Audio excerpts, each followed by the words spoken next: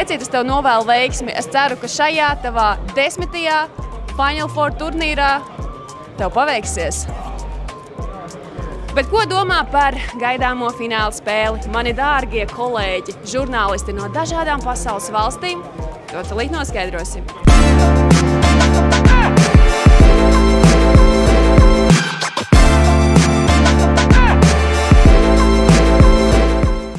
Un mani kopā ir mans kolēģis, labs draugs, Sami. No worries. Sami, so Sami, how can you describe these both teams, Panathinaikos and Real Madrid, which will face each other tomorrow in the final game? And what are your predictions about this game?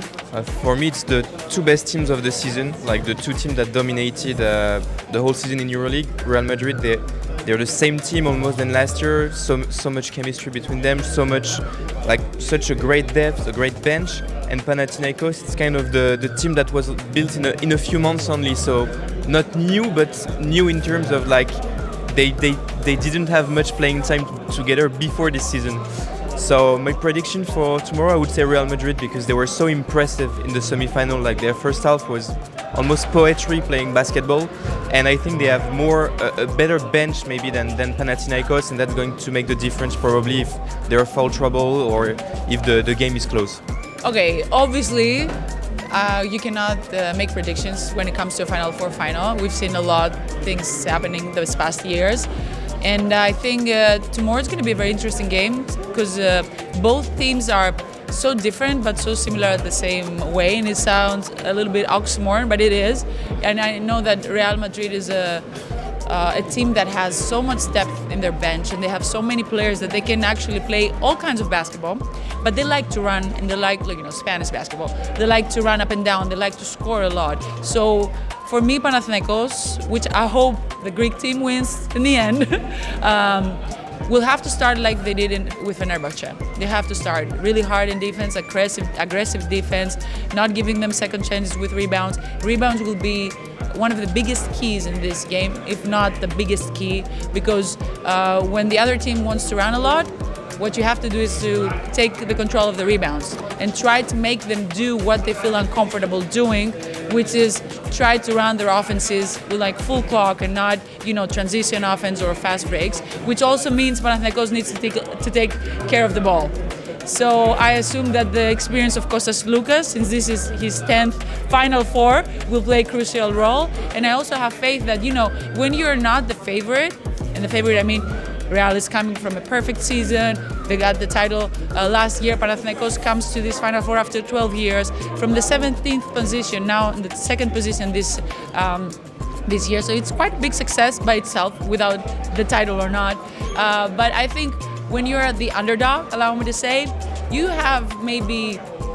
less nervous, but you also, because who is nervous is the one who has to defend the title.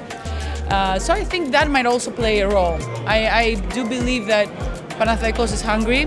Greek people in general are hungry for a title. So maybe it's our turn, right? I mean that Real Madrid probably is obvious favorites, right? But as a Lithuanian journalist, I'm gonna cheer, not probably, but for sure, I'm gonna cheer for Marius Grigonis and Panathinaikos. It's two different teams. Panathinaikos is a way different team than were last year. So, it's kind of, hard goes for Panathinaikos, but Real Madrid probably gonna be the favorites. Panathinaikos, I think, has the momentum, but I think that at the end of the day, the quality of Real Madrid will prevail. Real Madrid is the clear favorite, of course, because whole season they were great. During the regular season, they won the most games, and that was a record for them, for EuroLeague, of course. But in the Final Four, everything can happen.